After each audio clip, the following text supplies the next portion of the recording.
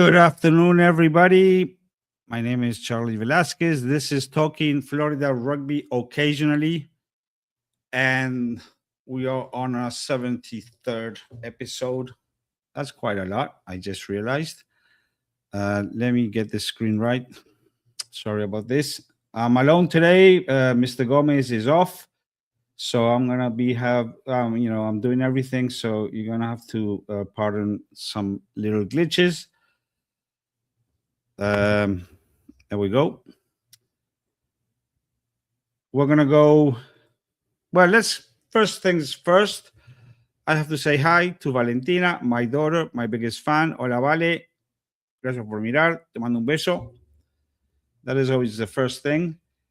And let's quickly just jump into a quick review of the weekend. And after that, we're going to be speaking to some of the Boca guys who had this really intense and close game of the weekend against Tampa. A very important game because it's like deciding who's going to be up there. So, a couple of things that I want to mention over the weekend. The UF Women College team, they qualified for the CRC National Sevens that will take place in April in Maryland. I just have to say, Kerry O'Malley is the coach, so congrats to Kerry and all the ladies from UF Women representing Florida at the National Sevens. And let's take a quick look at what happened over the weekend. A lot of games. I would say that the most noticeable games are the ones that were not played. In the graphic, you can see all those forfeits in red, and literally we had one forfeit for each division: men D2, D3, women D2, college, and U19s. Every forfeit happens for different reasons. Most of the times it's because teams find themselves with literally not enough players to play. Most of the time it's when they have to travel, but each team has its own issues. And to be honest, this on one hand is like one of the worst things that can happen in rugby or any other sport when you don't have the game, because of course the home team or both teams are expecting that game. The fans, the parents, everybody's expecting that game to go to the game, enjoy it, and then it doesn't happen. In some cases it's also, sometimes these are very late notices. We had one of them Saturday morning having declaring forfeit, and by then, of course, everything is set up. The field is set up. The referee has set aside his time to go to the game. People make plans, and the game that doesn't happen. So that is like the worst thing. And the fact that we had, incredibly one forfeit in each division, every one of them, as I said, like for different reasons. Sometimes it's also they don't have a field. Whatever it is, some teams like don't manage to get off the ground from the beginning of the season. And my main concern with this is that as much as it should not happen, we really have to make an effort. And when I say we, like, of course the clubs involved, but also the unions. When you see a pattern of these things happening, they really have to look into it, because this really looks so bad, for Florida rugby in general. So with these forfeits also, sometimes there are fines, there may be suspensions, teams not being able to go to postseason, whatever. That's like, maybe you have to do that sort of to keep it fair for the teams that don't forfeit, and to try to avoid it. But at the end of the day, what we want to do is to find out why these teams are in this situation, and try to help them out, and always try to grow. So just looking at all the scores, I would, we had a lot of them that were sort of expected. I would just like to mention, of course, this game between Boca and Tampa, which was a 1-point game each. We're gonna talk to the guys in a couple of minutes. That was an important game because in D2 this year we have actually just 5 teams competing. There's no playoffs. It's direct final, so 1 and 2 go to the final. So that was a very important game. And the other one that surprised me a little bit, I mean, the rest of the D2 stuff, well, we had that forfeit, of course. In D3, sort of more or less expected everything that happened. In the women's, we had, of course, that forfeit by Jacksonville, very unfortunate. And the Fort Miami and Orlando game, that was a sort of an important game for the standings, because also women D2 go straight to finals. So Tampa is the leading team, and the other teams are trying to come there second. And it was a really close game that opened up at the last. I have an interview about that game. In the college division, the only one that sort of stood out is the FSU big margin against UCF, that maybe traveled poorly, because I was expecting something a little bit more tighter, and also the Embry-Riddle game in Division 2, that was a big margin that I was not expecting. And at the high school level, we also had a forfeit in Tampa. There was a situation over there with players not going to practice and stuff, but I was in contact, and that has been sort of resolved, and they'll be traveling next week to Jacksonville. So something good came out of that. That is more or less what happened over the weekend. Another thing I just wanted to touch, because we always talk with Gomez. Hey, Gomez, I miss you.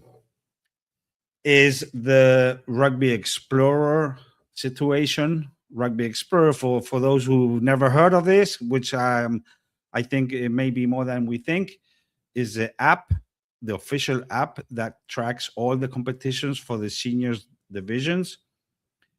We've had this problem of the games not being like finalized on a steady basis, to be able to generate standings, because I think everybody loves to know, as the season progresses, what are the standings. They finally catched up, and pretty much everything is up to date, which is more or less what happened last year. I think we catched up at week 5, which there is no reason for this to happen. This is the 3rd season, I believe, we're using this application, so it's not like, oh, surprise. Clubs really need to put a little bit more effort in attending to these administrative things, because it's necessary and it benefits everybody. So I'm gonna bring in my guest for the Boca game over this weekend. We have Mr. Michael Kirk. How you doing, Michael? I'm good, Charlie. How are you? And representing on the coaching side, Mr. Mark Patterson. I'm back, baby. I'm back, Charlie. I know you missed me. Yeah, you better behave, my friend. I'll behave. First thing I want to do is I want to give a huge shout out to you, Charlie, for putting this show on for so many years. I was telling you the green room, like, we need you. I support you. Other people need to support you, because in other states, they don't have a Charlie Velasquez to take. They don't. That is true. That is true. They Thank you do very not much. have that. Second thing I want to do, I want to give a big shout out to my beautiful wife in the other room and my mother-in-law, Claire. They're watching it as well. Bring them in, man. Bring them in if you want. No, they ain't good in front of the camera like Pukey. All right. So, I got that. That's my rugby nickname. Okay, Pukey. And you can also see it says Triple P. That's pure player Pukey. Okay. So I just want you to know that, Charlie. This is a 20-year-old hat. Oh, my God. Boca Rugby, 20-year-old. Nice. So thank you for having us on tonight, Charlie. Yes, of course, I invited Coach Eel, but he is in a nice situation of about to have a baby, so and other stuff, so he couldn't attend. If not, you would not be here, Mr. Correct. PP. Okay, Right. so lucky I'm you. like, if Lucky somebody you. else couldn't show, that's when you got me. That's great. I'm Okay, second I'm fiddle. glad to see you. I'm glad to see you because every time that somebody stays in rugby and is helping out and doing whatever needs to be done to advance in rugby is always a good thing. So listen, let's talk about the game this weekend. I'm gonna be playing it here. The highlights. This was really what you call a tit for tat game because you guys literally were scoring one try each team until the end. I'm not sure exactly who scored the last try because on Explorer both teams are. Tampa scored the last They try. get the last You one. see that? They tried the And one. then Okay. There was it was so back and forth that Kai, the ref, I mean, it was like they were not unsure, but they were not 100% about who won the game at the very come end. Come on. I know that happens. Pukey kept tabs though. But yes, I kept the tabs and we Okay, ended up winning by one. Here's Kirk right here breaking away for his one of 2 tries in that game. Kirk is called Mr. 5 tries because he scored 5 tries against St. Pete. Right here, you'll see them exploit us on the. It's been a curse, Charlie. I wish I didn't score 5 tries. Listen, before we go on, it's all I'm known for. Because we were talking about the fact that maybe at the game, many people did not know who won the game. Correct. You guys, listen, I like to bring this up because I'm a big fan of nice field setups and making rugby better. You guys used to have a really nice scoreboard, huge, that everybody could see, and typically you would see it on the videos. What happened with that? Bring that scoreboard back, what guys. Scoreboard? Don't be lazy. I don't even remember that scoreboard. Before you don't my remember? time. I do not remember. It wasn't that far long ago. I don't know. Maybe I guess it got broken ago. or somebody left the club because I don't even remember the scoreboard. We probably lost it. I know. We should just get just a regular, just a generic scoreboard that's not digital. No, you don't need it. This is something you custom made, and it was great because it was really big.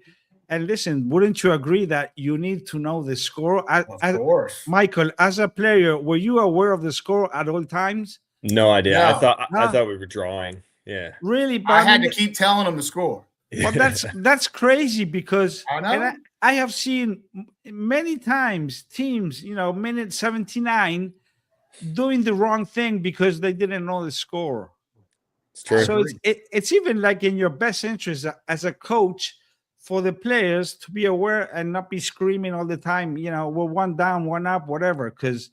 And that, mentally, I think, if you're 1 point down and you have a maul on the 5-meter line, there's no way you're not going to score that try, right? Or defend whatever the case is.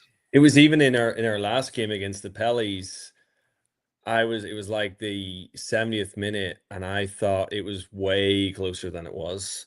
It just in my head, I think they scored a later try or something. I was like, crap. Well, the last game was 53-12. So right. We were way ahead, and I just in my head, I just thought we were so much closer. And I don't know if that's a good or bad thing that we never really took the foot off the throttle, because people didn't know the score. It was that 0-0 mentality. But it can work both ways. Okay, yeah, but we'll keep that in mind. So this is them scoring in the corner over here. So it's just back and forth. In the first half, they kind of exploited us out wide, and we kind of shut them down as well as we could in the second half. But you see this winger, he's deadly, especially with space. And he was happy to score. Yes, he was. Yes, he was. So, if you, like I said, you really need an abacus for this thing because we were running up the points, both teams, back and forth. So it was a really fun game to coach, but also these guys were having a great time. And Tampa is a really good team. You can see there, that's our new player. Sterling. His name is Sterling. He just moved from Pittsburgh. Yeah. So we picked up a Bluebird. We're super excited about him. He did great. He scored 2 tries his first game with us. I think he's normally in the back line. It was like his first game at that was 6. his first game at flanker. Really? Oh, Yeah. So he scored 2 tries. So we were totally psyched about that. I mean, how often typically you get guys that come in, but they're not that good, and he just from day one. And the thing about this team is we got depth. That's a big difference this year. Is there's a lot of depth, a lot of experience. We had Kirk, 4 guys, starters, regular starters that were out. And we're able to fill in with experienced guys. So there's no drop. Hey, listen, I don't take those excuses of the guys missing on the team because every single team says exactly the same thing. No, I agree. But in the past, when that happens, we were at a dramatic loss of talent. Right. So that's the big difference this year. I just wanted to pause for a second the video here because I love these moments when there's just look at what happens here in the camaraderie between. Yeah. So this guy helps him up, and they say, "Okay, it's all good. It's all good." And listen, this was a very contested game, and you had 2 or 3 instances of not fights, but multiple yellow cards.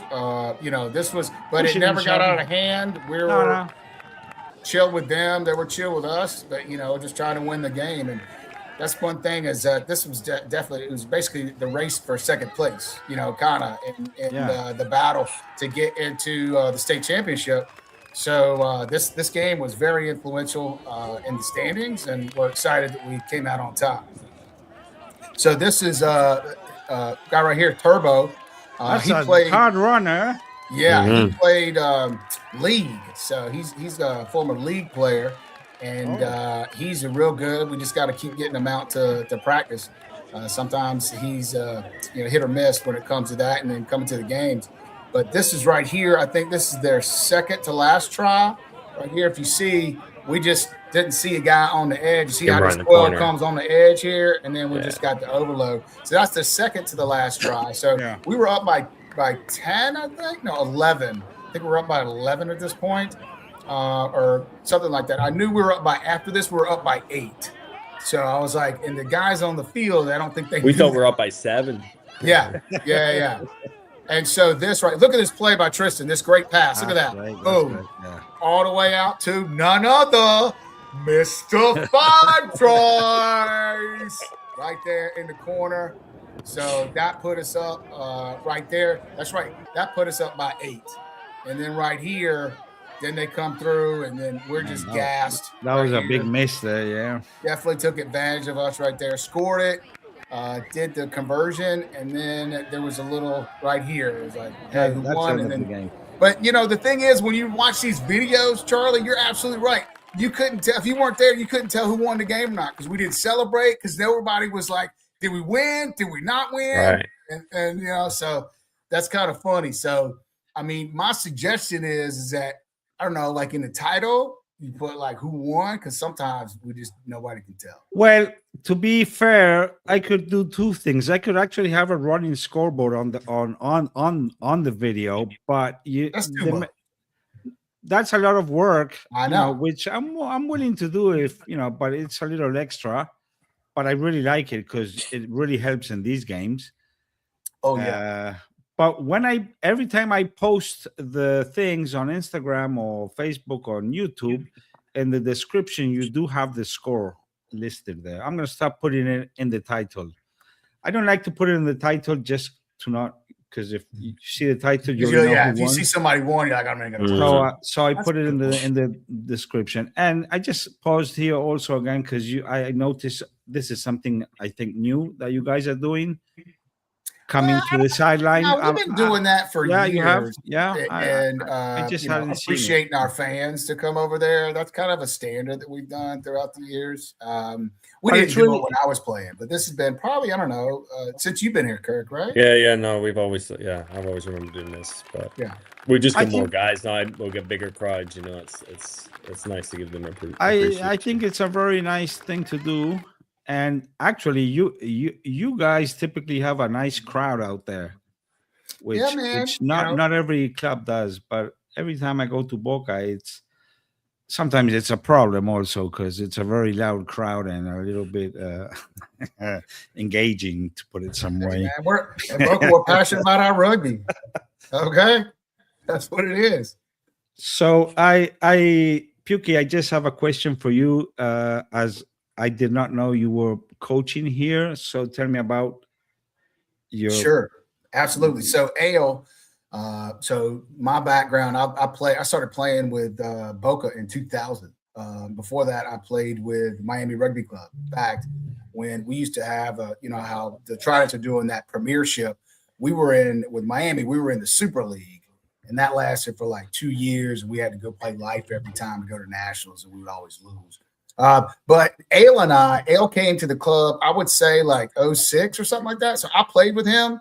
He was 10, I was a 12. And so he reached out to me, and I was player coach back then. And then I've coached, I started the Boca Raton Juniors, and I started Wellington Wizards and coached through them and won national championships in 7. So Ale was just like, hey. With who did you win a national championship in 7? With the South. USA South. Oh, South. Yeah, Okay. for the Sevens championships. Yes. Yeah. No, I thought you were talking about some Florida team. No. Just state championships with the Wizards. I did that. But Ale knew, and he and I always respected each other on a coaching standard as well. We've been good friends. And so he's having his first baby. And so basically his wife has shut him down. He cannot leave the city limits. So he needed somebody to help and carry on kind of the momentum that we have. Because this club. Talk to me about that, because you guys did not have very good seasons in the past, maybe 2 or 3. Correct. So what happened? Because I did notice that you also have sort of a large roster and some really good players. So what happened? Were you lucky? So Kurt, why don't you start out when you started, and then kind of what you've seen, and then I'll elaborate after that. Yeah, so I mean, I came to Boca in. You're from Ireland, right? Yeah, I'm from Ireland. So I moved here at the end of 2020, started with Boca. You're losing your accent, man. I know. I need to actually keep it. Yeah, I need to, when I go back home, when I talk to my parents. Oh, you do? Well, you can speak in Irish if you want now. But this That's is so this, good, 'cause but this your is parents are going to be watching. So this is so you guys. My dad will watch, but this is so you guys understand me. Okay, yeah, fair it's enough. Like fair enough. Rory McIlroy. He knows, but yeah. So I started in my first season was the 2021 season. Which actually I just looked up. I was on your episode 25, and it was in that season. And I think that was sort of at the tail end. Like I think that season we were like 1 point away from the Tridents and stuff like that. So we had a lot of strong South Americans and stuff on the team there. And then I think over the course of a couple of seasons, our depth has always sort of killed us. I feel like we've always been a small team, and we always like punch above our weight. So I don't think that's ever been an issue, but our depth is a killer. We were always like 2, 3, 4 guys, key players. Like, it's a team sport, but there's some key players that of course. you can't really run the game without them. And, you lose them and everyone else sort of downfalls. And, there was, I don't want guys to start hating on me, but I think there was attitude problems and stuff like that, and too many gangsters and wannabes. So I think this season and last season we've sort of been building. We've been building something, like credit to the coaches and the and like the leadership teams. Have really been working hard to bring players to the club. You've got the feeder teams of the Boca Juniors, the FAU guys. More and more of those guys are coming out. They've got a really good coaching background now.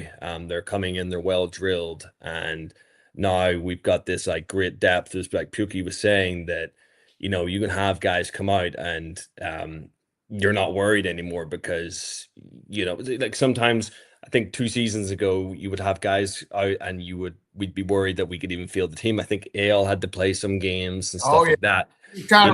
Play. I'm right. Like, And now it's like That's not good when the coach is getting No, ready to play. Yeah, especially all he wants to do is throw miss passes and stuff, do the fancy stuff. But I think now it's we can bring on our subs at the end, and like they're not subs, they're impact players. Like they're finishers, right? Yeah.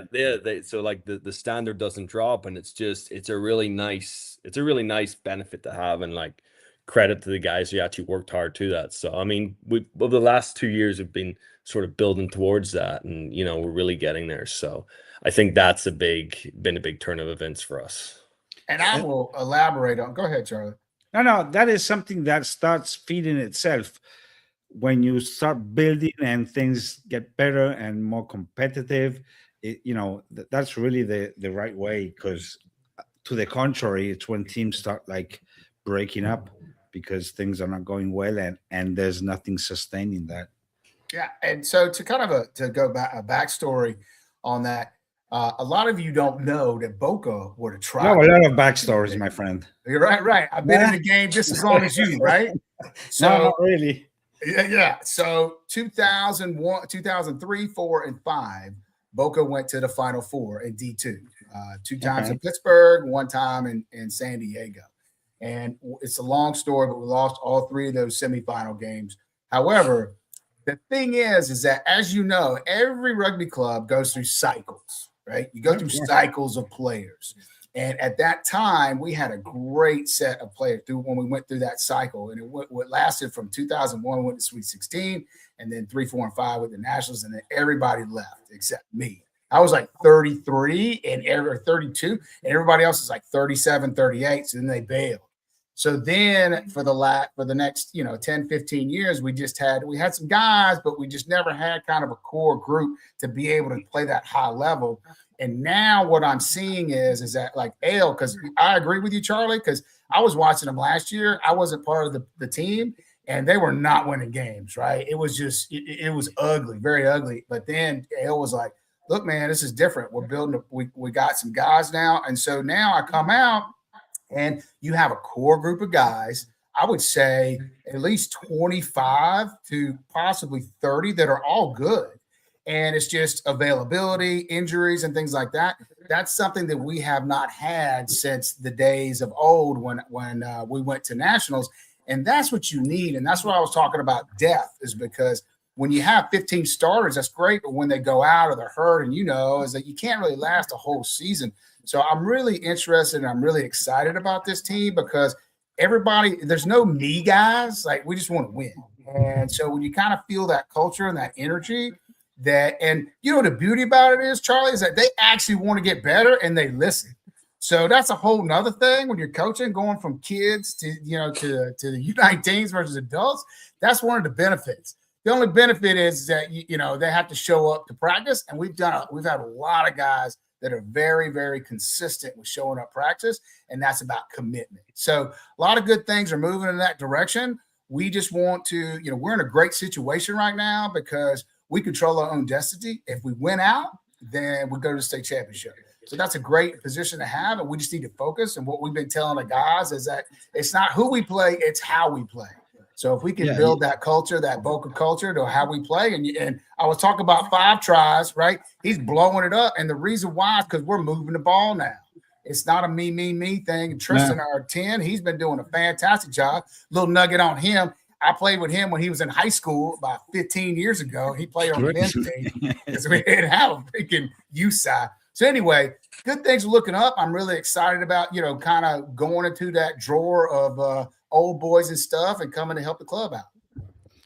Good. You guys sort of, I'm showing here the standings. You guys sort of need to win every single game from now on. Correct. Now, if you notice, and that's the thing, is that you're right. But we played Fort Lauderdale already. We took an L against them, and we took an L against St. Pete in the first game. But then we were able to redeem ourselves then. So our schedule ties in as Orlando away. Then we got a week off. Then we play Tampa away. Then it's Orlando home, and then the final is Fort Lauderdale. So. Like I said, we got our work cut out for us, but we're excited where we are. And even though we took 2 L's in the beginning, we kind of righted the ship, and a lot more. We're playing with a lot more consistency and a lot more discipline. And that, I think, that's what's really helped us. Makes a difference for sure. Even so much so that Kai even complimented us on our discipline, which I don't know. Really? Yeah, really? He actually commented on us. Now, I'm going to have to double check that, okay? I have to say, full disclosure, we got 5 yellow cards the game before against St. Pete. So, that's the thing. We did learn from our mistakes, and we got 0 yellow cards against That's good, yeah. And there was only 3 for 1. So I think that's what was the deciding factor. I think one thing that helped a little bit with the game also, that you actually had 2 ARs helping Kai. Yes. Oh, so you know how we got those? We How? got those because this guy lived down here, and then he had his friend come down and like, "Hey, you want to ref a game?" Like, great. So he's kind of, just said they're coming. And I was talking to the AR, and he goes, "Man, I'm glad we got you. I'm glad y'all have ARs for this game." I'm like, "Yes, man. Thank you so much for coming." Because there was 3 yellow cards. It was getting all hairy, So it was great. I mean, other than the fact that it's hard to get ARs for every single game, just because there are not that many referees, Correct. it definitely shows something that that we should be looking to do, because it really helps everybody. I mean, everybody should want it. I'm I always agree. amazed, especially in D2, because D2 is our premier division. Sometimes you have these clueless guys running touch. And they have Oh no yeah, you just idea. pick a guy, right? Hey, And you this run Right, it's a touch, player run from touch. each team. And that's running touch. It's not an AR, so he can't do other than just tell the ref where the ball went out.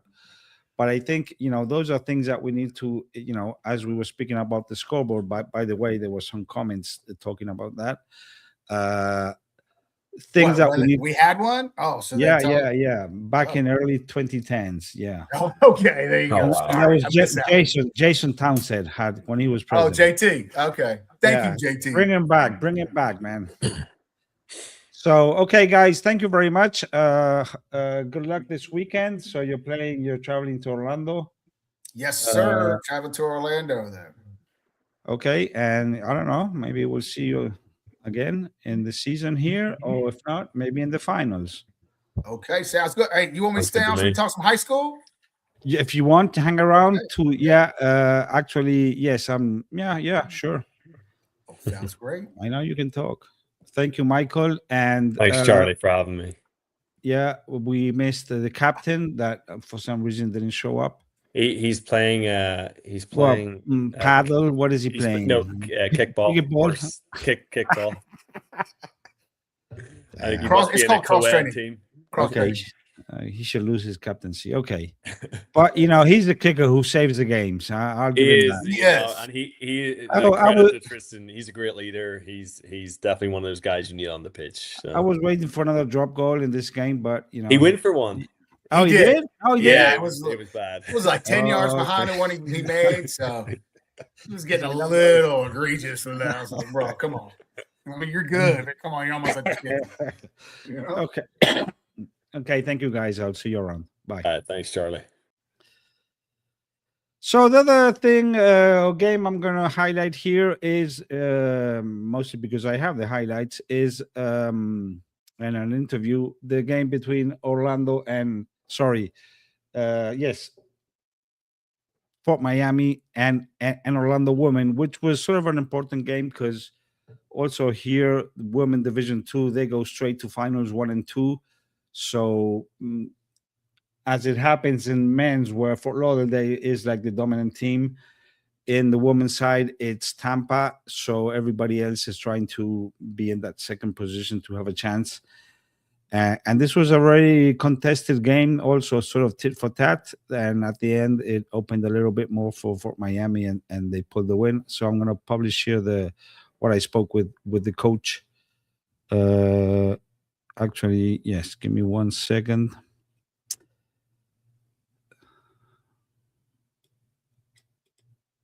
Well, let me play this.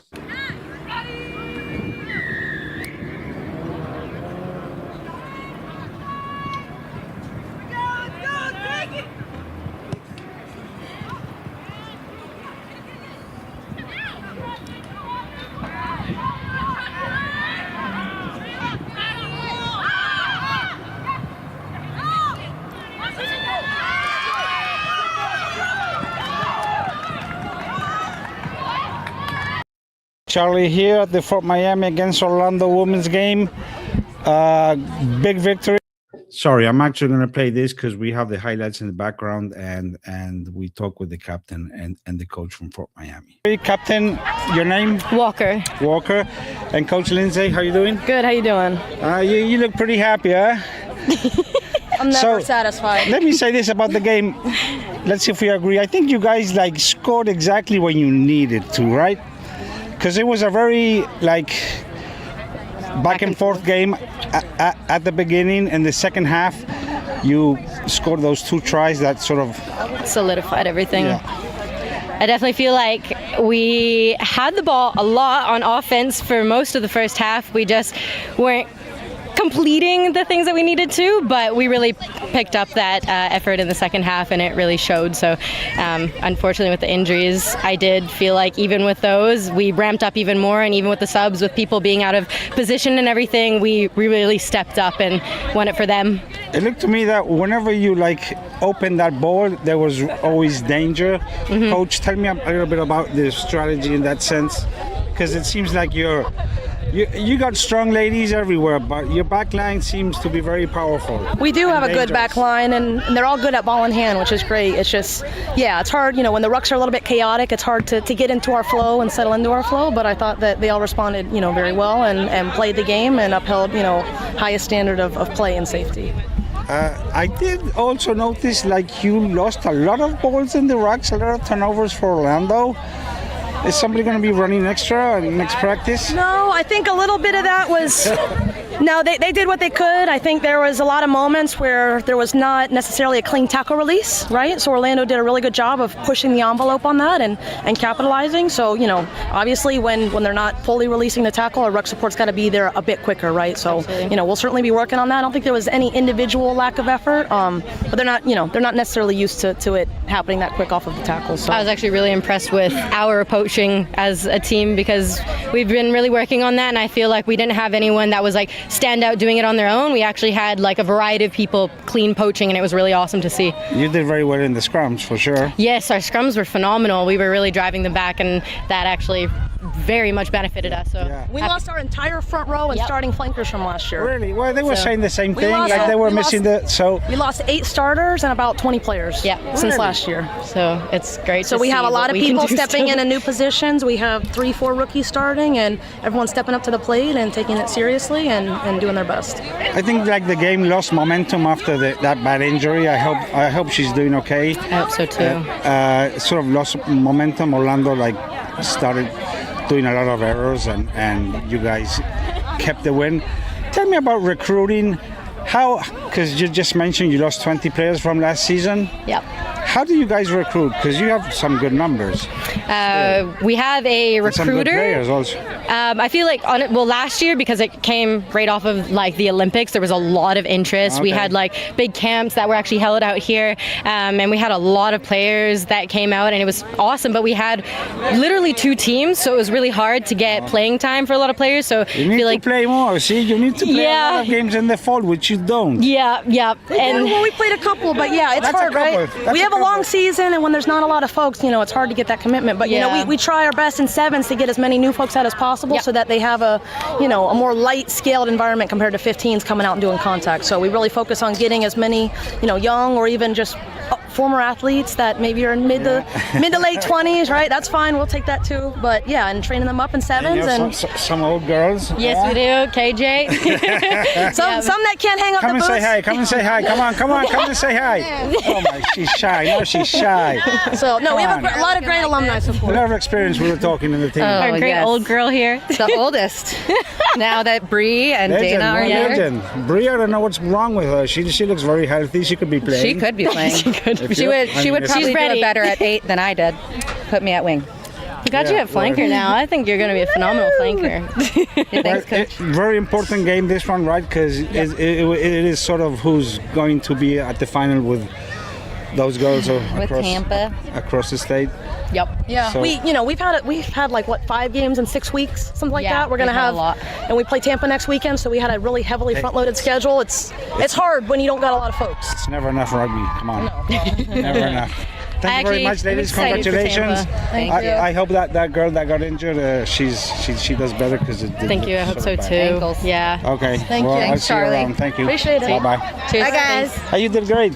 And thank you to my camera lady. She's so good, Sydney, and she's a great match secretary also. I have to say. Okay, that was the Fort Miami coach and captain talking about that game against Orlando over the weekend. So let's just look at what's coming up for this weekend. Or actually, before that, let me just take a look at the standings as they stand right now. the D2 men with Fort Lauderdale heading, and they're actually going to be playing Tampa this weekend, so that's a big one. D3 here, and there's 3 divisions: the Combo Pool, the North Pool, the South Pool. We already see some of the teams. It's a little bit tight. This is a little bit sort of to be seen who's gonna. A lot of teams, and they're gonna have quarterfinals and semifinals, so that's gonna be some long process. The women's Tampa is leading this next weekend. Tampa is playing Fort Miami, so that's an opportunity for Fort Miami to see how they are doing in this championship. The FCC is already sort of showing at the Division 1A AA, FSU and Mau leading. We have a couple of games this weekend. Mau traveling to USF, expected to win, and FSU coming here to South Florida to play FIU, also expected to win, so things are not going to change too much here.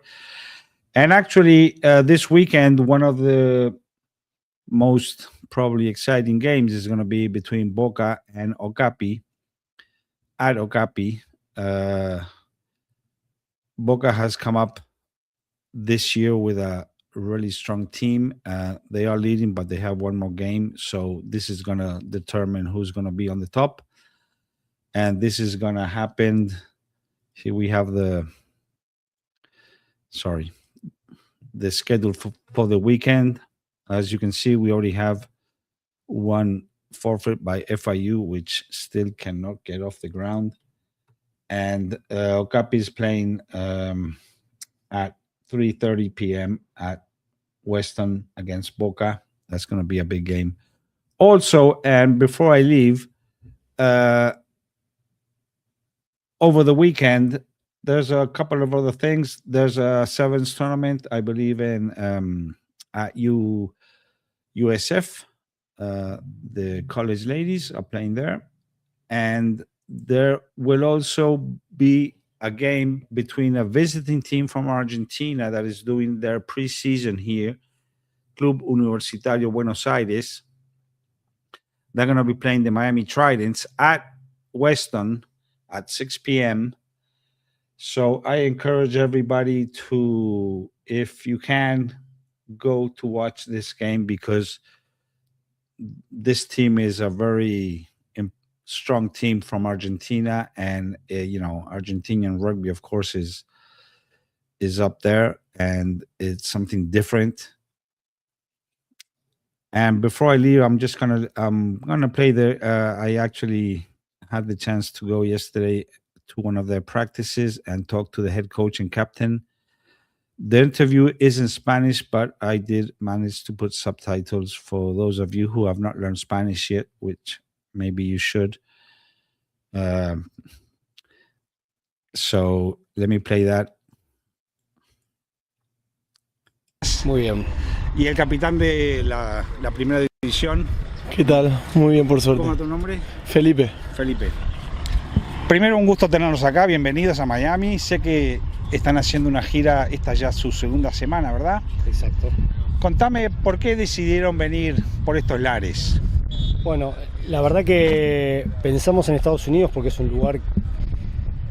Venimos con la idea de hacer una preparación más que nada física, no tanto de los juegos, porque es bien al inicio, ¿no?, de nuestra etapa de preparación, y la verdad que Estados Unidos es un lugar que tiende a tener buenos gimnasios, mismo campos. Al final nos dimos cuenta que no era tan fácil conseguir lugares para entrenar lo que es campo de juego, pensamos que iba a ser más, pero sí los gimnasios, somos 180 personas en la gira, con lo cual no es tan fácil la logística, y claro. Bueno, Estados Unidos, que tiene todo tan grande, era un lugar, y entre todo bastante cerca de Argentina, para venir.